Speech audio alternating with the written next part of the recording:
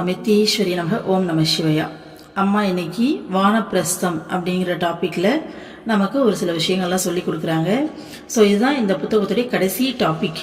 இதுக்கு அடுத்தது பார்த்தீங்கன்னா எப்போதும் நினைவில் வைத்திருக்க வேண்டிய உபதேசங்கள்னு சொல்லிட்டு இந்த அம்மா இவ்வளோ நேரமாக சொன்னாங்க இல்லையா, இந்த புக்கு ஃபுல்லாக. ஸோ எல்லாத்துலேயும் வந்து இம்பார்ட்டன்ட் பாயிண்ட்ஸ் வந்து கொடுத்துருக்காங்க. ஸோ இதுதான் லாஸ்ட் டாபிக். ஃபர்ஸ்ட் பாயிண்ட் பாருங்கள். குழந்தைகள் வளர்ந்து சொந்த காலில் நிற்கும் நிலையை அடைந்து விட்டால் பெற்றோர் ஆசிரமங்களுக்கு சென்று வானப்பிரஸ்த வாழ்க்கையை மேற்கொள்ள வேண்டும். அதாவது அந்த காலத்தில் ராஜாக்கள்லாம் இருப்பாங்க இல்லையா, அரசர்களே இந்த வேலையை செய்வாங்க. ஸோ தன்னுடைய குழந்தைக்கு தன்னுடைய மகன்கிட்ட ராஜ்யத்தை ஒப்படைச்ச பிறகு இந்த வானப்பிரஸ்த வாழ்க்கையை வந்துட்டு மேற்கொள்வாங்க. காட்டுக்கு போயிடுவாங்க. காட்டுக்கு போயிட்டு இறைவனை நோக்கி தவம் இருந்து வடக்கிருந்து உயிர் நீத்தார் அப்படின்ற மாதிரிலாம் நம்ம தமிழ் புத்தகத்தில் படிச்சிருக்கோம் இல்லையா. ஸோ அந்த மாதிரி அந்த காலத்தில் ராஜாக்களே அரசர்களே அரசாண்ட மன்னனே அந்த வேலையை செஞ்சாங்க. ஏன்னா அவங்க எவ்வளோ ஒரு சொகுசாக வாழ்ந்திருப்பாங்க அவ்வளோ நாள். ஸோ அப்படியாப்பட்ட வாழ்க்கை வாழ்ந்த அவங்களே தன்னுடைய பிறவியோட நோக்கம் இதுதான் அப்படின்னு தெரிஞ்சுக்கிட்டு ராஜ்யம் அடுத்த தலைமுறைக்கு போகும்போது அவங்க இந்த வானப்பிரஸ்த வாழ்க்கையை மேற்கொண்டாங்க.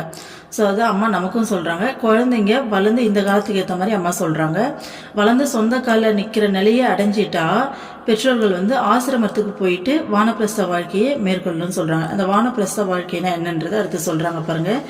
அங்கு ஜபம், தியானம், உலக சேவை போன்றவற்றில் ஈடுபட்டு ஆன்மீக முன்னேற்றத்திற்காக முயற்சிக்க வேண்டும்.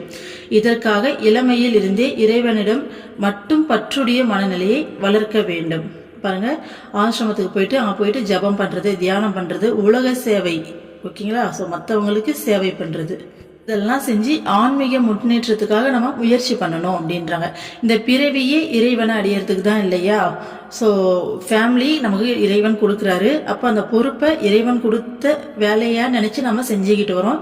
செஞ்சுக்கிட்டு இறைவனை எந்த அளவுக்கு பிடிக்க முடியுதோ பிடிச்சிட்டு இருக்கோம். பட் ஒரு லெவலுக்கு மேலே குழந்தைங்கள்லாம் வளர்ந்துடுறாங்க, சொந்த காலில் நிற்க முடியுன்றப்ப நம்ம இதெல்லாம் முழு முயற்சியில் ஈடுபடணுன்றாங்க அம்மா, ஓகேங்களா.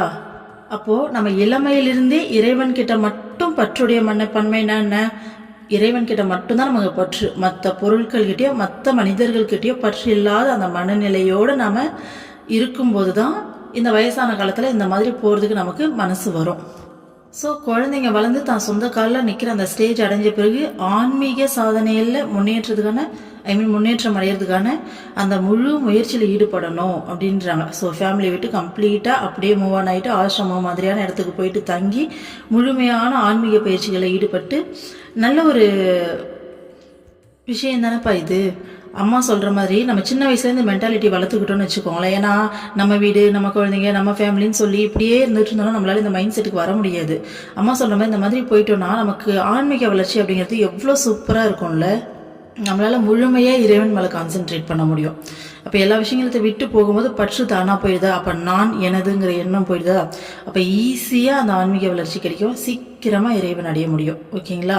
இல்லைன்னா பிறவியாக எடுத்து இப்படி அடி வாங்கிட்டு இருக்க வேண்டியதுதான். அடுத்தது பாருங்க.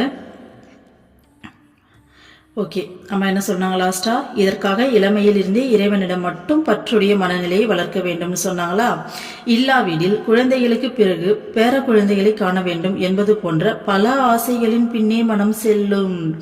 இந்த ஆசைகளால் நமக்கோ நம் குழந்தைகளுக்கோ ஒரு பயனும் இல்லை. நமது பிறவியே பாழாகி விடுகிறது.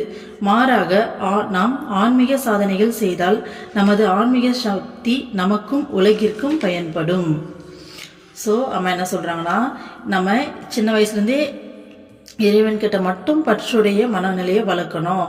அப்படி இல்லை அப்படின்னா குழந்தைங்களுக்கு அப்புறம் பேர குழந்தைங்களை பார்க்கணும் அப்படின்ற மாதிரி அடுத்தடுத்து பல ஆசைகளை வந்து படையெடுக்க ஆரம்பிக்கும். ஸோ இந்த ஆசைகளால் நமக்கும் பிரயோஜனம் கிடையாது, நம்ம குழந்தைங்களுக்கும் பிரயோஜனம் கிடையாது. பத்தாவதுக்கு நம்மளுடைய இந்த பிறவியை பாழாகுதுன்றாங்க, ஓகேங்களா. அதுக்கு பதிலாக ஆன்மீக சாதனை செஞ்சோம்னா நம்மளுடைய ஆன்மீக சக்தி வந்து நமக்கு அதிகரிக்கும், அது நமக்கும் உலகத்துக்கும் பயன்படும் அப்படின்னு சொல்கிறாங்க. அம்மா அமிர்த கங்கையில் சொல்லியிருப்பாங்க, பிறக்கிறதுலே மனுஷனாக பிறக்கிறது மிகப்பெரிய அரிய விஷயமாமா. மனுஷனாக பிறந்து ஆன்மீகத்தில் நாட்டம் வருது அதை விட ரொம்பவும் அரிய விஷயமாமா, ஓகேங்களா. ஸோ ஆன்மீகத்தில் நாட்டம் இருந்தால் மட்டும் போதாது, அவங்களுக்கு உண்மையான ஒரு சத்குரு கிடைக்கிறது அப்படிங்கிறது அதை விட அரிய விஷயமாமா. இது எந்த அளவுக்கு அரிய விஷயம் அப்படிங்கிறதுக்கு ஒரு எக்ஸாம்பிள் சொல்லியிருப்பாங்க. சாதாரணமாக ஒரு கயிறில் ஒரு முடிச்சு போட்டு ஒரு கடல் மேலே தூக்கி வீசிட்டோன்னா அந்த கடலுக்குள்ளே இருக்கு எவ்வளோ மீன்கள் வசிக்கும் இல்லையா, அதில் ஒரு குறிப்பிட்ட மீன் வந்து அந்த குறிப்பிட்ட ஏன்னா கடல் எவ்வளோ பெருசு, அந்த குறிப்பிட்ட நூலுக்குள்ளே அது வந்து சிக்கும். முடிச்சு போட்டோன்னா அந்த கழுத்து வந்துட்டு அதில் சிக்கும் இல்லையா, ஸோ அதுக்கேற்ற மாதிரி ஸோ அந்த நூலுக்குள்ள அந்த மீன் வந்து சிக்கும் அப்படிங்கிறது அதுக்கு எவ்வளோ ப்ராபபிலிட்டி கம்மி. யோசிச்சு பாருங்கள், அவ்வளோ பெரிய கடல், இது எந்த மூலையில் போடுவோன்னு தெரியாது. அந்த மீனில் வந்து பார்த்தீங்கன்னா எங்கே அவ்வளோ பெரிய கடலில் அந்த மீன் எங்கே இருக்குன்னு தெரியாது. அந்த மீன் வந்து இந்த நூலில் சிக்குங்கிறதுக்கு எந்த அளவுக்கு ப்ராபபிலிட்டி கம்மியோ அந்த அளவுக்கு கம்மியாமல் மனுஷ பிறவி வந்து அதுலேயும் ஆன்மீகத்தில் நாட்டம் வந்து அதுலேயும் சத்குரு கிடைக்கிறதுங்கிறது அவ்வளோ பெரிய அரிய விஷயமாமா. இவ்வளவு அரியதுலேயும் அரிதான விஷயம் தான் நமக்கு கிடைச்சிருக்கிறது. இது கிடைச்சும் ஒருத்தர் வந்து இந்த பிறவியை பாழாக்குறாங்க அப்படின்னா அது ரொம்ப கஷ்டம்னு அம்மா சொல்லியிருப்பாங்க. அம்மாவே வாய் திறந்து ஒரு பிரம்மச்சாரி கிட்ட சொல்லியிருக்காங்க, அம்மா அடுத்த பிறவி வந்தால் கூட அடுத்த அவதாரம் வந்தால் கூட இந்த அளவுக்கு ஒரு தாய் வடிவத்தில் இவ்வளோ கருணையாக வருவனான்னு தெரியாதுன்னு இருக்காங்க. ஸோ நமக்கு கிடைச்சிருக்கிறது அப்படிங்கிறது அது என்ன சொல்கிறது, பெரும் பாக்கியம். யாருக்குமே கிடைக்காத ஒரு விஷயம் நமக்கு கிடைச்சிருக்கு. அம்மா வந்துட்டு தாய் வடிவத்தில் அவதாரமாக வந்து, அதுவும் அம்மா இந்த பூமியில் வாழ்ந்துட்டு இருக்க நேரத்தில் நாமளும் வந்து அம்மா கிட்ட போயிட்டு ஹக் பண்ணி, இந்த வாய்ப்பெல்லாம் யாருக்குமே கிடைக்காத ஒரு பெரும் பாக்கியம். உண்மையாலுமே நம்மளாம் பாக்கியசாலிங்க தான். ஸோ இந்த வாய்ப்பை நம்ம பயன்படுத்திக்கணும். இதை நம்ம தவற விட்டோம் அப்படின்னா அடுத்தடுத்த பிறவி எடுக்கும்போது நமக்கு இந்த அளவுக்கு ஒருத்தர் கை கொடுத்து தூக்குறதுக்கு நேரடியாக வருவாங்களா, இந்த சப்போர்ட் கிடைக்குமான்னு கண்டிப்பாக சொல்ல முடியாது. இவ்வளோ பெரிய சப்போர்ட் கிடைக்கும் போதே நம்மளால் ஏற முடியல, இந்த பிறவி பெருங்கடலை நீந்தி வெளியில் வர முடியலன்னா எந்த ஒரு சப்போர்ட்டுமே இல்லாமல் விட்டால் நம்ம நிலைமையை யோசிச்சு பாருங்கள், காணாமல் போயிடுவோம். ஸோ பிறந்தது இறைவனை அடையிறதுக்கு தான் சொல்லி தெரிஞ்சு போச்சு. அப்போது சின்ன வயசுலேருந்து நம்ம அந்த பற்று இல்லாத மனப்பான்மையை வளர்க்கணுன்றாங்க அம்மா. ஓகேங்களா, நம்மளுடைய பற்று இறைவன் மேலே மட்டும்தான்.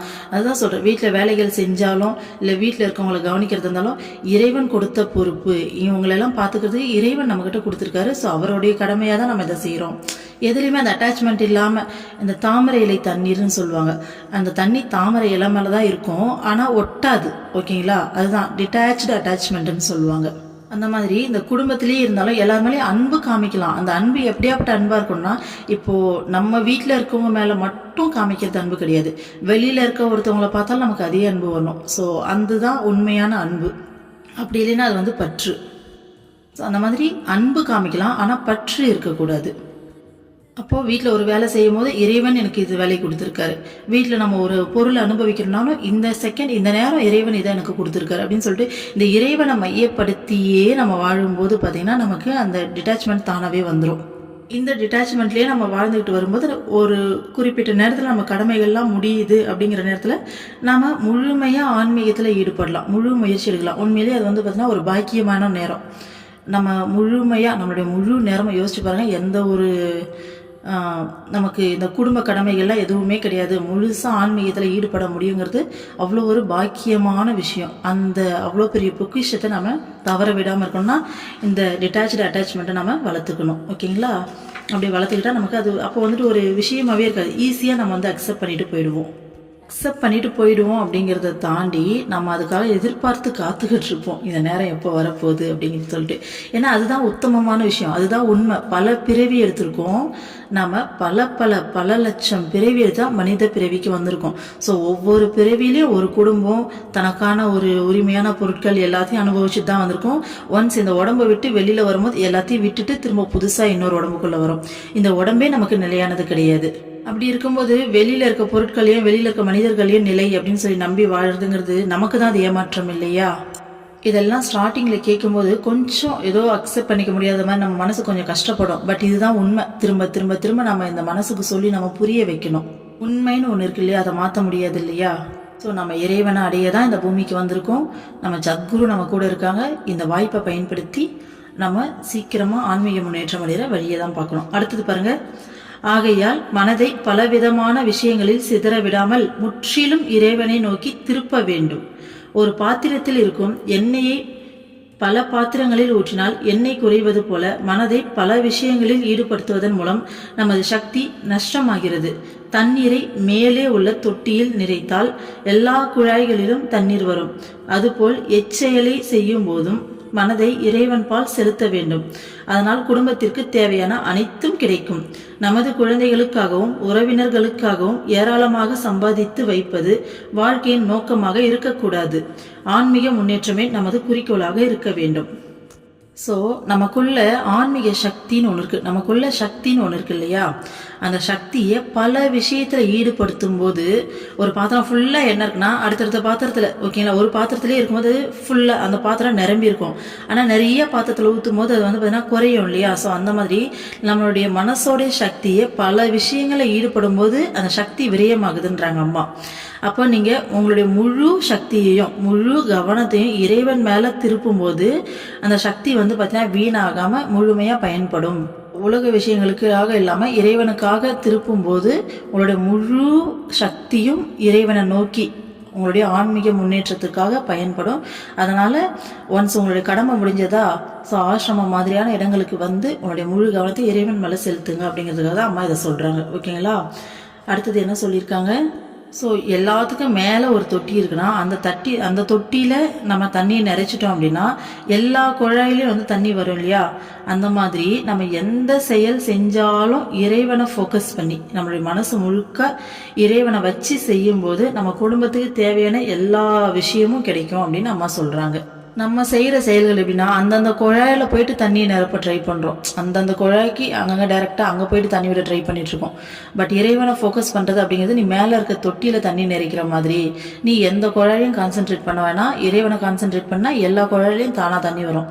ஸோ குடும்பத்தை பார்த்துக்கிறது அவருடைய பொறுப்பு, அவர் பார்த்துப்பாரு அப்படின்னு அம்மா சொல்கிறாங்க. ஓகேங்களா? அதே மாதிரி நம்மளுடைய வாழ்க்கையோட குறிக்கோள் வந்து ஆன்மீக முன்னேற்றமாக தான் இருக்கணுமே தவிர நம்ம சொந்தக்காரங்களுக்கும் குழந்தைங்களுக்கும் ஏராளமாக சொத்து சுகம் சேர்த்து வச்சுட்டு போகணும் அப்படிங்கிறது குறிக்கோளாக இருக்கக்கூடாதுன்றாங்க. நம்ம எதுக்காக குழந்தைங்களுக்கு சொத்து சேர்த்து வைக்கணும் அப்படின்ற மாதிரி நினைக்கிறோம்? குழந்தைங்களோட ஃப்யூச்சரோடைய பாதுகாப்புக்கு அப்படின்னு சொல்லி நினைக்கிறோமா? யோசிச்சு பாருங்கள்.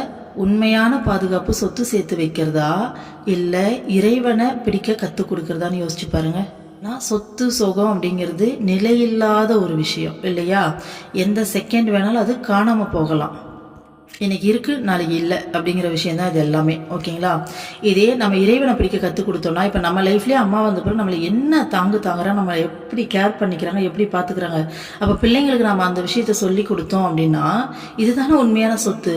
ஸோ பிள்ளைங்க எங்கே இருந்தாலும் எந்த மாதிரி சுச்சுவேஷனில் இருந்தாலும் கடவுளை நம்புவாங்க, இறைவனை கூப்பிடுவாங்க, இறைவனை மையப்படுத்தி வாழ்வாங்க. ஸோ இதுதான் உண்மையான சொத்து. நம்ம சேர்த்து வைக்கிற இந்த உலகத்தில் இருக்க இந்த சொத்தெல்லாம் இருக்கு இல்லையா, இது காணாமல் கூட போகலாம். இன்றைக்கி இருக்குது நாளைக்கு திடீர்னு இல்லைங்கிற நிலைமை வரலாம். ஆனால் கடவுள் அப்படிங்கிற சொத்து வந்து பார்த்திங்கன்னா எப்பயுமே இல்லைங்கிற நிலைமையே வராது. எந்நேரமும் காலத்துக்கும் அது உண்மையான துணை, உண்மையான சொத்து.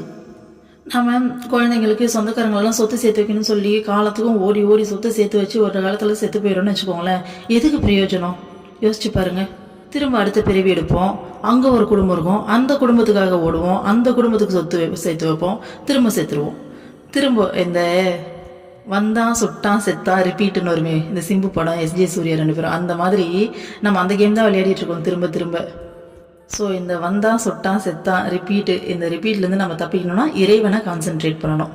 நம்மளுடைய முழு பொறுப்பையும் இறைவன்கிட்ட ஒப்படைச்சிட்டு இறைவன் கொடுத்த வேலையாக நினச்சி நம்ம எல்லா செயல்களையும் இறைவனை மையப்படுத்தி செஞ்சு வாழும்போது எல்லாத்தையும் அவர் டேக் கேர் பண்ணிப்பார். குழந்தைங்களை எப்படி வளர்க்கணும், அவங்களை எப்படி கொண்டு வரணும், அந்த ஆன்மா இதுக்காக பிறந்திருக்கு எல்லாமே அவருக்கு தெரியும், அவர் பார்த்துப்பார். ஸோ நம்மளுடைய பொறுப்புகள் எல்லாத்தையும் அம்மா சொல்கிற மாதிரி ட்ரெயினில் ஏறி நம்ம தலை மேலே அந்த வெயிட்டை சுமந்துக்கிட்டு இல்லாமல் ட்ரெயினில் இறக்கி வைக்கிற மாதிரி இறைவன்கிட்ட இறக்கி வச்சுட்டு நாம் நிம்மதியாக அவர் மேலே ஃபோக்கஸ் பண்ணி ஓடணும். ஓகேங்களா?